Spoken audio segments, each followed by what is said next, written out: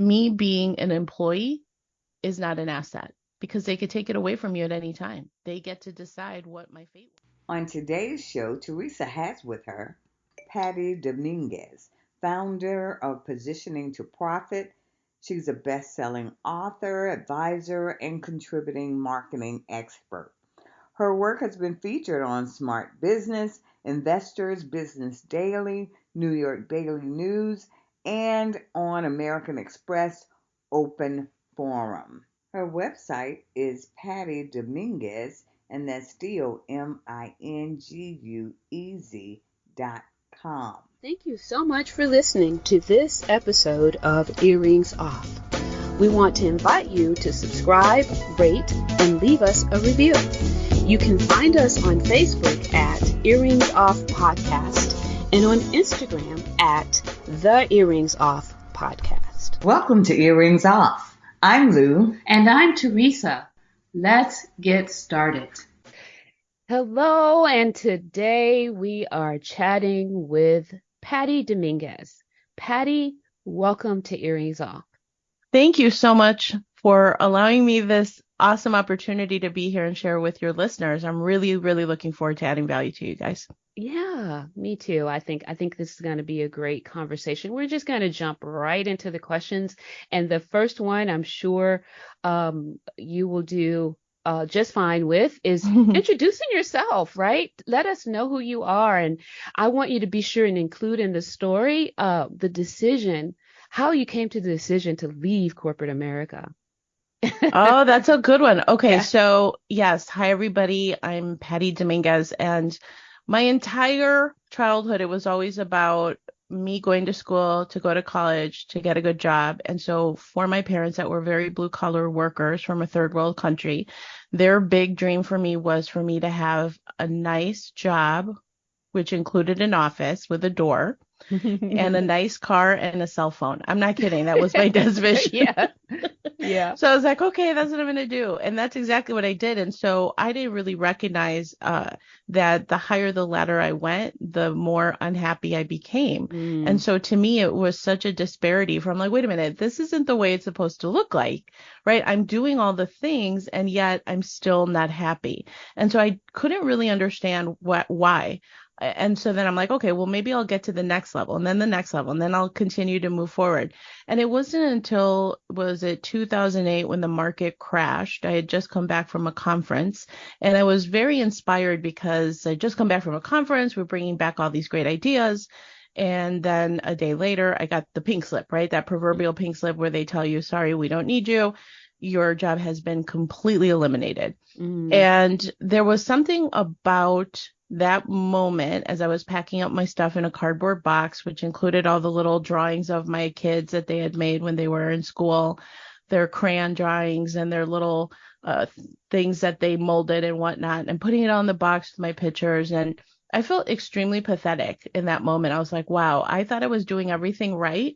I got the degree, I got my MBA, I was climbing the ladder, I was a solid contributor and really a high performer in my job. And then I recognized, I'm like, oh my gosh, I had this big epiphany. I was like, I am no different than the French fry guy at McDonald's. Like your job can be taken away from you at any time. Yeah. And there was something about that because I was at the time the primary breadwinner in my home. And it put us in a level of uncertainty and insecurity. And that was very unsettling for me. Literally 2 weeks later, my husband, he lost his job as well. It was a tough market. You know, the economy had crashed. So we're both unemployed and all of these things were happening. And so I just started reading after I got through all of the sadness of getting let go. I did go back to a corporate job again. But what happened in the meantime, I saw that corporate job when I went back as a bridge, because I started to really educate myself in understanding that my job was not an asset. Me being an employee is not an asset because they could take it away from you at any time. They get to decide what my fate was, right? And so it was just about getting educated and putting an understanding, no, I am going to put my roadmap, my career in my hands. I'm going to do this anymore. However, late 2010-ish or so, I had no idea how I was going to do that. They didn't really have coaches at the time that I was aware of. like, how do I leave my job? How do I leave the security of being or having a paycheck? So we saved up almost a year of my income in order for me to do that. So I didn't just jump, right? I did have a net because we have 2 kids. And at the time I was like, we can't be completely cavalier about this. And so I quit my job eventually. I worked one day in January of 2013. And the reason I did that is because I wanted to get my big fat bonus. And off I went into entrepreneurship. And I had this paradox inside of me where I was like completely wanting to say, screw you, corporate. I never want to be associated with this again. And I can clearly figure this entrepreneur thing out because I've been there. I have business background and I have my MBA. I should be able to figure this out. Boy, was I wrong. And that is what opened up the door for the past 10 years. I just celebrated my 10-year anniversary. And it's just been thank you. It's been the greatest ride of my life and I wouldn't change it for the world. Wow. Yeah. Talk a little bit more about that transition though, from the corporate 9 to 5 to entrepreneurship. Yeah, I love this question because it's something that a lot of people, to me, the biggest epiphany I got was this was in 2013. I started going to conferences or not, just to get into the game. I was still trying to figure out what exactly I wanted to do. And sometimes here's the value of coach as a complete aside, is that we're so in our own jar that we don't see, like we can't see the outside, right? Like we don't know what we bring to the table. And so I was at a conference and this was month 4 into me being an entrepreneur and I was struggling. I'm going to be really honest. I was so stressed out. I would go into these like phases and waves of, oh my gosh, what did I do? I quit my job. I'm irresponsible. And then I'd go into panic and then I'd go into stress eating because I've been an emotional eater before.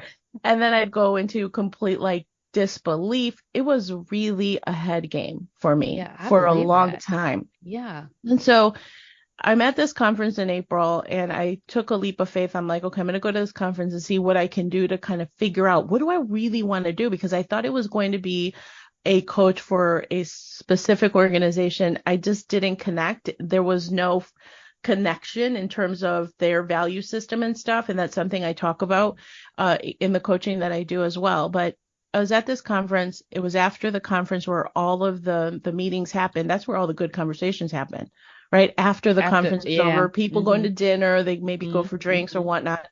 And I had talked to this one guy who would later become an early mentor of mine. And so he said, congratulations, I heard you quit your job. That's so amazing. So I'm standing there and he's introducing me to a table of other internet entrepreneurs.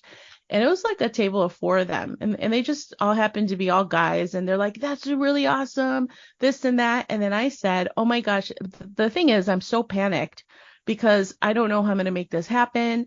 And then they said, well, do you have any money saved up? And I said, yeah. Well, and they're like, well, how much do you have, if you don't mind asking? Like, are you in a really precarious situation? I'm like, at this point, like 9 months of income.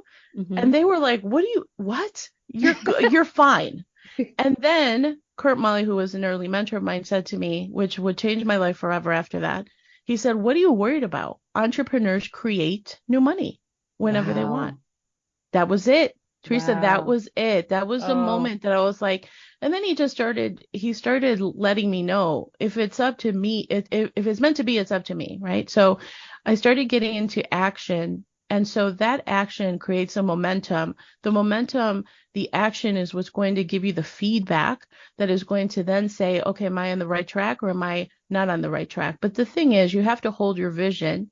And then the other big quote that I love, that I'm obsessed with, I say it all the time, is that you want to stand guard at the doorway of your mind. Okay, because it's really easy to be swayed, or your parents or your friends who are not entrepreneurs, who don't get you, because this is a different area altogether. They're thinking like, just go back to a job. It's okay. What are you doing? You're probably having a midlife crisis. You know what I mean? Yeah, I do know what you mean. Yeah. Yeah, go ahead. And I was just going to say, and unless they have been on the path that you are going and have the feedback, letting their hindsight be your foresight, Sorry, Yeah. I'm not available for your commentary. So that's what I mean by stand guard at the doorway of your mind. Having boundaries around your vision, because there is a reason that you have that yearning. It's Mm-hmm. coming through you. There's something I mean, I believe so much. It's coming through you. This isn't a mistake. Right. So you're on the path that it feels congruent to you. Yes, it's scary. And the reason that it's scary is what I came to later understand is because I was pushing against my comfort zone. Of course, it's new Right. territory. So Mm-hmm. that's the reason why I believe so much in having proper coaching is that you cannot do it alone. Think about the best of the best athletes, business people, high performing individuals. They understand that if you are forging ahead on new territory, you cannot do it alone. You have to have somebody guiding you to say, hey, you may want to course correct over here. That's not failure, that's feedback, and just recontextualizing the way that you're seeing things along the journey. Right. So right now, a lot of people, because of COVID, a lot of people have made that leap from working to being their own boss, right? Mm-hmm. And there have been so many coaches that Mm-hmm. have entered the field of coaching. And what I've Yes, heard from so many people is that, you know, that was a complete waste of money to I understand. engage a coach. How do you know when you have the right coach? Phenomenal question. Yeah. And this is something that really irks me. And again, I don't know if this is because of my age and the generation that I am, but one of the things that I really relish is people who have the ability to back up what it is that they're saying. Huh? Mastery. Okay. Mastery comes Okay. from you getting into the thing, the discipline of learning, the discipline of knowledge, the discipline of the actual history. Again, going back to the saying, your hindsight, the things that I have done now becomes their foresight. Like, oh, Mm-hmm. I heard this. I heard from Patty. She told me not to do this or whatever because this could be happening, or for me to consider, here's another way to do that. What the problem is in the market today is that there's such a low barrier to entry for Mm-hmm. coaching, as you know, is Mm-hmm. that what's happening is that coaches are coaching other coaches on how to coach because they took one course. Right. Yeah. And so what's happening is that coaching of the coaches that are coaching other coaches to coach is that they only have one perspective, but they don't know any of the critical thinking beneath that, contextually beneath that. So Mm-hmm. one of the things you want to ask if you're thinking of hiring a coach is tell me the background. What are the proof points? This is something I talk about in really showing your worth, meaning case studies, testimonials, talk to me about your process. The idea here is that there's a rigor behind what it is that you're doing if you're going to be coaching about it, and what you want to do is show those proof points. What are the results that you have actually been able to achieve? Because unfortunately, marketers or people that are really savvy at marketing, Mm-hmm. they are very persuasive. So you don't Mm-hmm. even know why you're pulling out your credit card and you're like, I need this. Like they just know what brain-based triggers to push so that you are so in this mode of desiring this. And they Yeah. know how to move you from desiring it to demanding it to the point where you're like, I gotta buy this. So understand that all these things are brain triggers, right? You're looking for the dopamine hit. And so you want to be very savvy around what it is that you're doing. And most people just lack the critical thinking. They're buying the vacation, but they don't know if there's any substance within that. So Right. it's incumbent upon us as being good stewards of our money to say, do I really need this? Or I'm just buying into the hype. And sometimes it's just a matter of putting away your credit card for 3 days, just thinking it through. Okay. Mm-hmm. Plus and minuses. How's this going to help me? What's the vision? Because the other side of it is I can tell you that I've personally coached people on the same content and somebody cannot get out of their own way. They can't, right? They Yeah. can't get started. They can't do it because they're so in their head. The same content, I've had people making 70,000 a month, 80,000 a month and more. Why? Wow. Because it's the identity of the person at the table. Wow. You know Yeah. what I'm But how, saying? how, So, how do you, yeah. yeah, how do you tell them that though? The person who's not getting it, that's in Well, their own way. yeah, well, it's really interesting because I came to understand that the things that I coach on, it's not just the external components of positioning, but it starts with internal positioning Mm-hmm. because your business results will always meet your identity no matter what, every single time. Mm-hmm. Right? So Yeah. if you have Yep. the identity of somebody that has never made more than $3,000 a month, you're never going to get beyond that unless you recognize the blind spots, which again, you have to have coaching. What is that about? Is that really true? Or is that a story? Or are you feeding the self-sabotaging behaviors such as procrastination, such as I'm going to get ready to get ready? Yeah. Such as, let me learn another course because I don't know enough. And when you're looking at all these things, at the root cause of it is self-worth. It's a lack of Patty, self-worth, you know? you're dropping some real knowledge today, girl. Thank you. Yeah, but it's I love important that we that. have Yeah. these honest conversations, Right. Teresa. It's Yeah. important. Right. Yeah. So let's talk a little bit about branding. Yeah. What is this notion of positioning? Okay. So Yeah. great question. And I feel like that is my hill to die because everybody focuses on branding, and branding, the way that it's been seen in the marketplace is that where people are really focused on their logo and then their website. Let me get my business cards together because I want it to look really cute. And let me get Mm-hmm. these pictures. And then they go to create some kind of a website with a template. So everything's templatized. And so what's happening there is that is branding. That's the visual interpretation of what it is that you have, right? Positioning is different. Okay. Positioning is the strategy, that's the foundational principles around what it is that you stand for. So let me give you a comparison. Okay. It's no different than if you want to build a dream house, right? Imagine the dream house that you want in the most perfect location. Money's no object. You get to decide wherever, however, any which way that you want it to look like. Where is it that you would start? Mm-hmm. You would start with the blueprints. Mm-hmm. Because if you don't have the blueprints, you have a house of cards. So positioning is that, it's that equivalent. It's the Okay. blueprints to how you are standing out. So positioning is the strategic foundation, only then which you focus on branding. And then branding is how people are looking at it like, ooh, let me pick that paint color and the curtains and let me get that furniture because it looks really cute. But again, you have to have positioning first. You have to have the foundation. You have to have the architecture. And so that makes a lot of sense. the easiest way to think about it also is that most people are operating from a commoditized standpoint. They're commoditizing what they do. Because if I could tell, if I ask somebody, okay, so tell me what you do, I would go to events, but pre-COVID and whatnot, people are like, oh, I'm a health coach, or I'm a chiropractor, or I'm a financial advisor. Okay, you literally just commoditize yourself. So positioning is about what is it that you're saying that's new, unique, and interesting, something different that gets people prompted so that they want to say, oh my gosh, tell me more. Tell me more about what you do, right? Piquing curiosity. All right. Right. And Go ahead.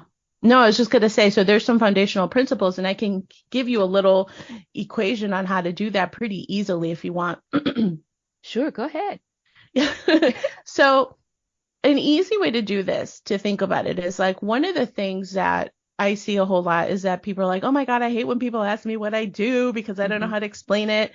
And so then I'm like, okay, so from an elevator pitch standpoint, just think about it this way. Let's say that you are a health coach. Okay. Who specifically is it that you help? Right. So it's really getting hyper focused on who the market is so that you have the right type of offer and the message, right? You have to have a message to market match. And so a lot of times when people are like, I'm a health coach, I'm like, okay, well, tell me more. What specialty do you have? Well, and then typically if you just look at your client base, or a lot of times we attract who we are. So let's say, for example, that you are a mother postpartum. You're going through depression because you just had a baby and you're overwhelmed. It's a whole series of dynamics that are happening in new parenting. So you could be a health coach for moms that are postpartum in that first year. So now you've specialized, right? So the idea here is like, where can you specialize? Where is that hole that you are filling, or the thing that I call, what is the white space? So think about the healthcare, or in the health arena. Oh my gosh, it's such a crowded market, health coaches.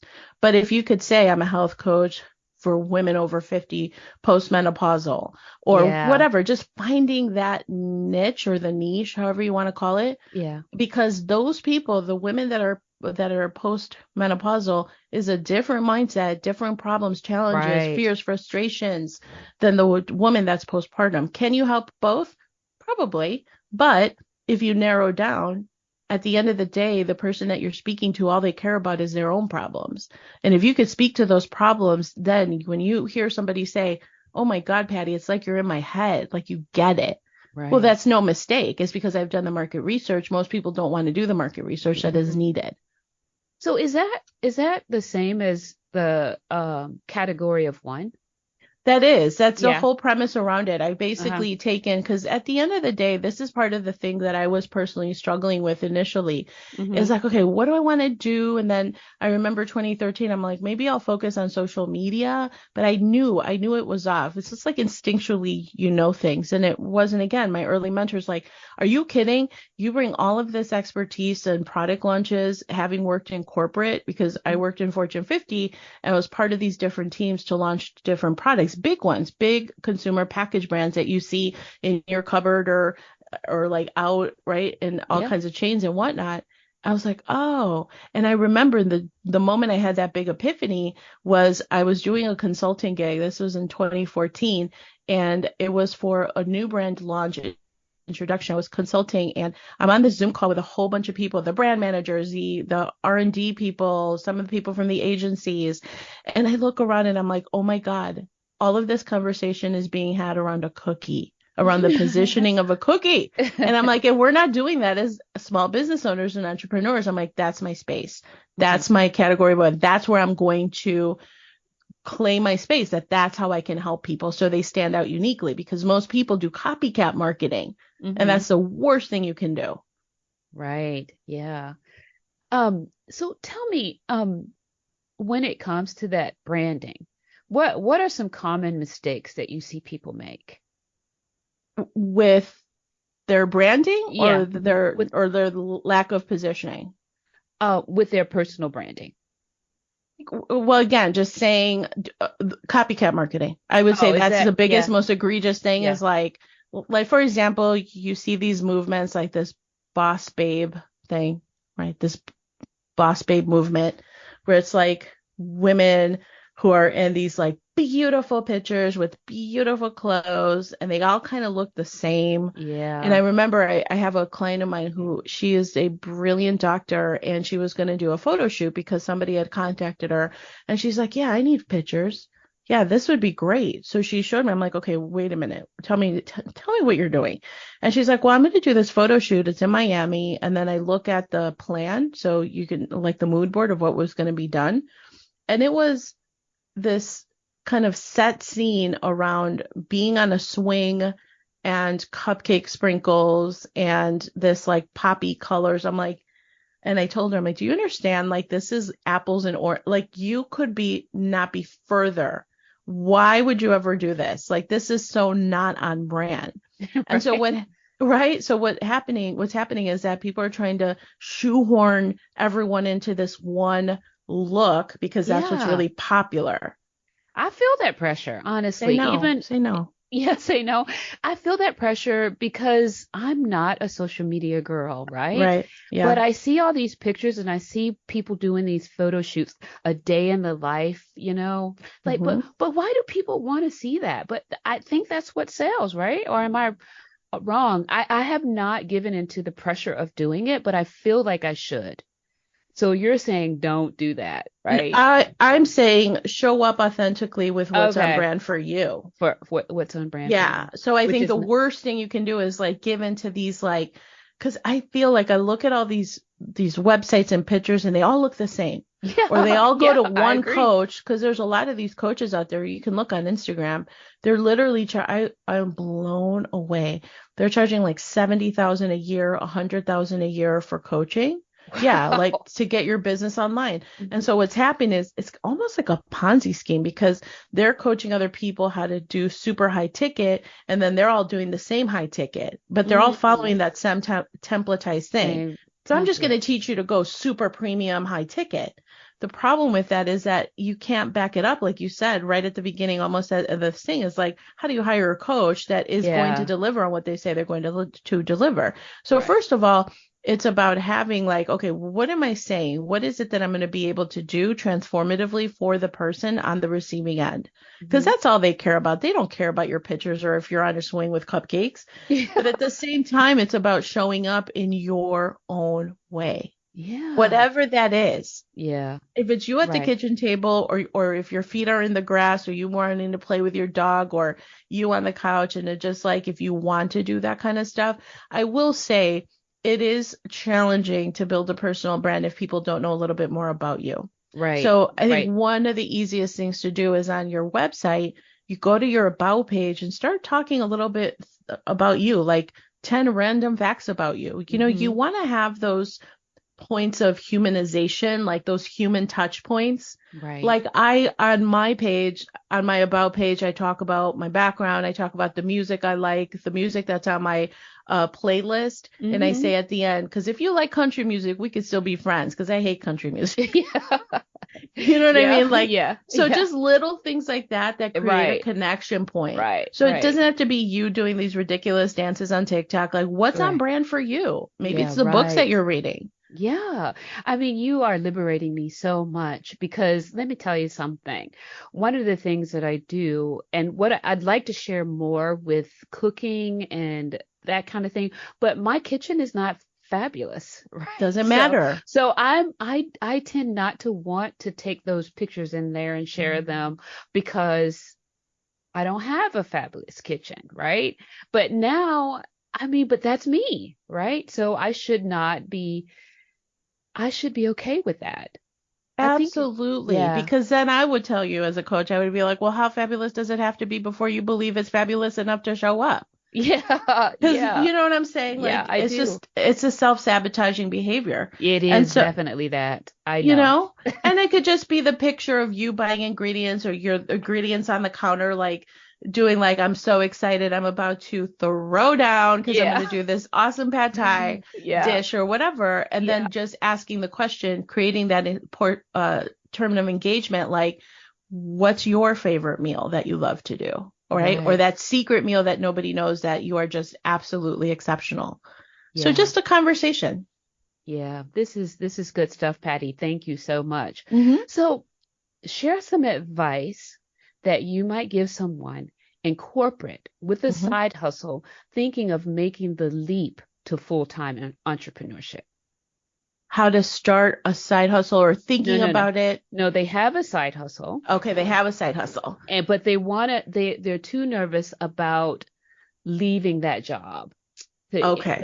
go into full-time entrepreneurship.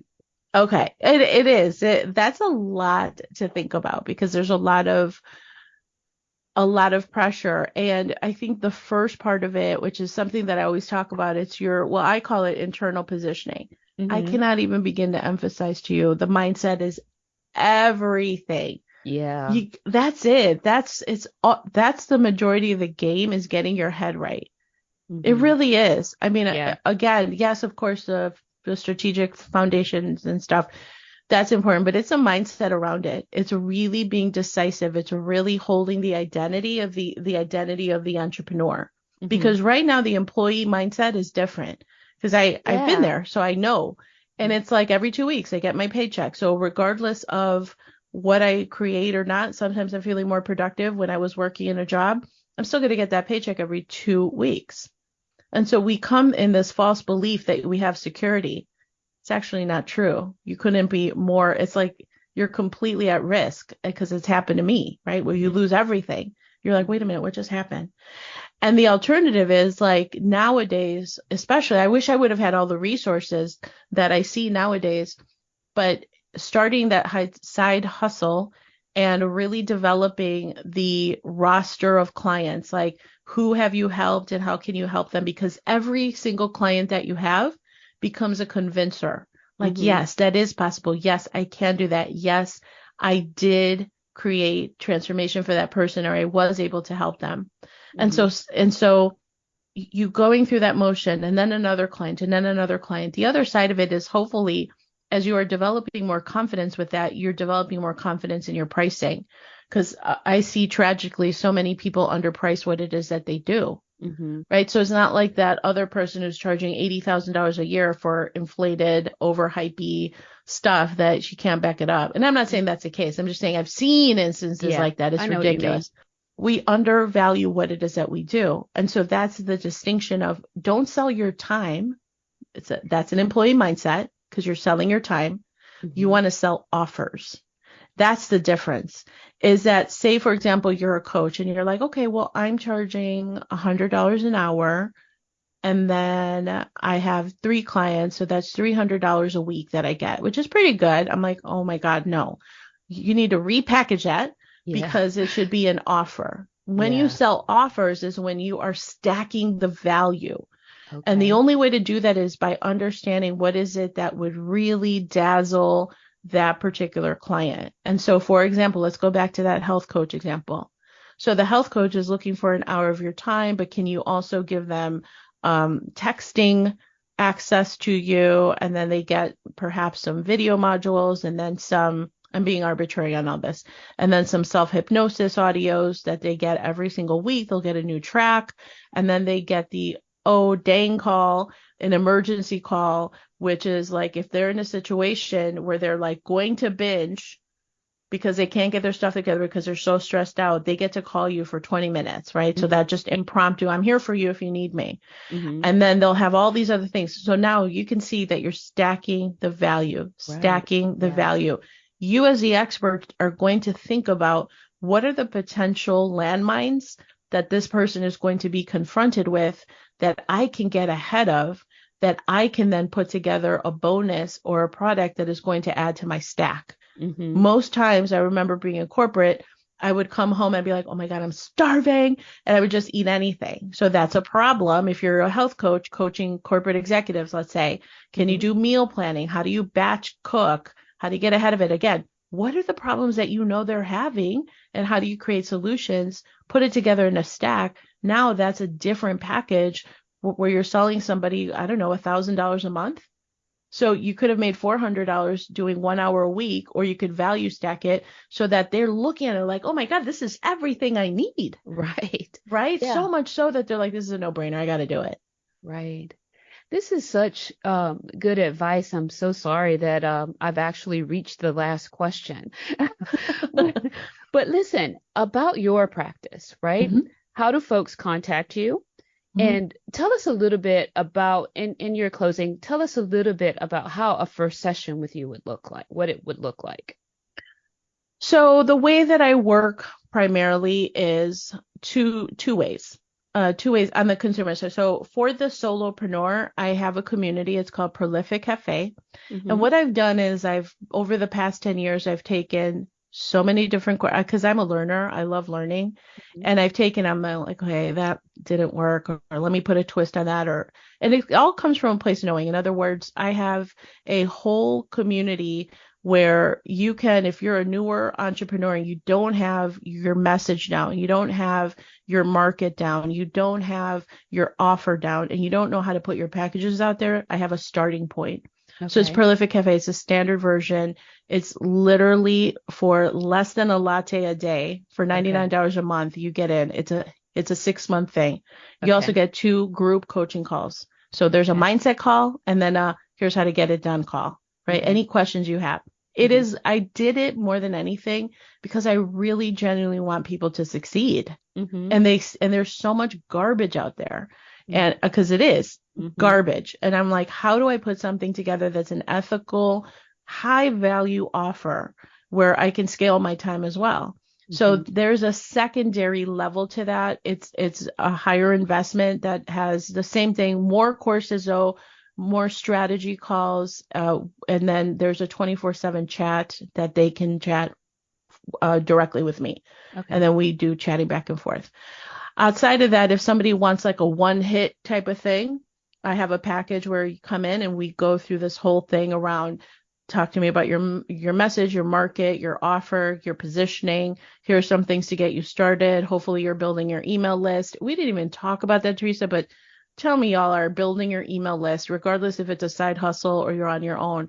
Why? Because your email list is the asset, regardless of what's going on social. You cannot Mm-hmm. build your empire on rented land. Let that be Okay. known. It's not going to happen. I see so Okay. many people are like, I have 10,000 fans on Instagram. I don't care. Well, how many of those are on your email list? Because that's the only thing that Wow. matters. That's a good point. Yeah, That and is a people good do point. that. They all bragging. I'm like, y'all do not understand the imperative nature of having an email list. So let me get Yeah. off my soapbox. Yeah, no, So that's good so stuff. so is that one package on the positioning. Now, I do have a premium offer that it's a 5-figure, so multiple 5-figure package because it goes into your sales page, copywriting, the positioning. I talk about brain trigger conversational hypnosis languaging. I always work ethically. I'm a conscious capitalist. I'm proud to say I've never worked with any business that's sketchy or shady. I don't Yeah. do it. I turn it away Okay. really quick. So that's that kind of package for the more advanced person that has either an e-commerce site or an offer where they have a lot of good traction. Mhm. So as you can see, very simple, right? You're starting out $99 a month is where most people come in, and I promise you get in there, there's tremendous amount of value. And then if you want to stay, you stay. If you don't, you're like, thanks, Patty. That was amazing, on your way. And I'm happy to hear that because you've got the foundations. Awesome stuff. Thank you so much for joining us today. Thank you. I really appreciate the opportunity. I do. I'm Yeah. happy to share all these things that over 10 years I've figured out. And so hopefully this ignited some ideas in Yeah. people and some thought process to know, yes, it is possible. Yes, you do deserve it. You just have to have the right foundation. And that's it. Thank you, Patty. Yeah, thank you.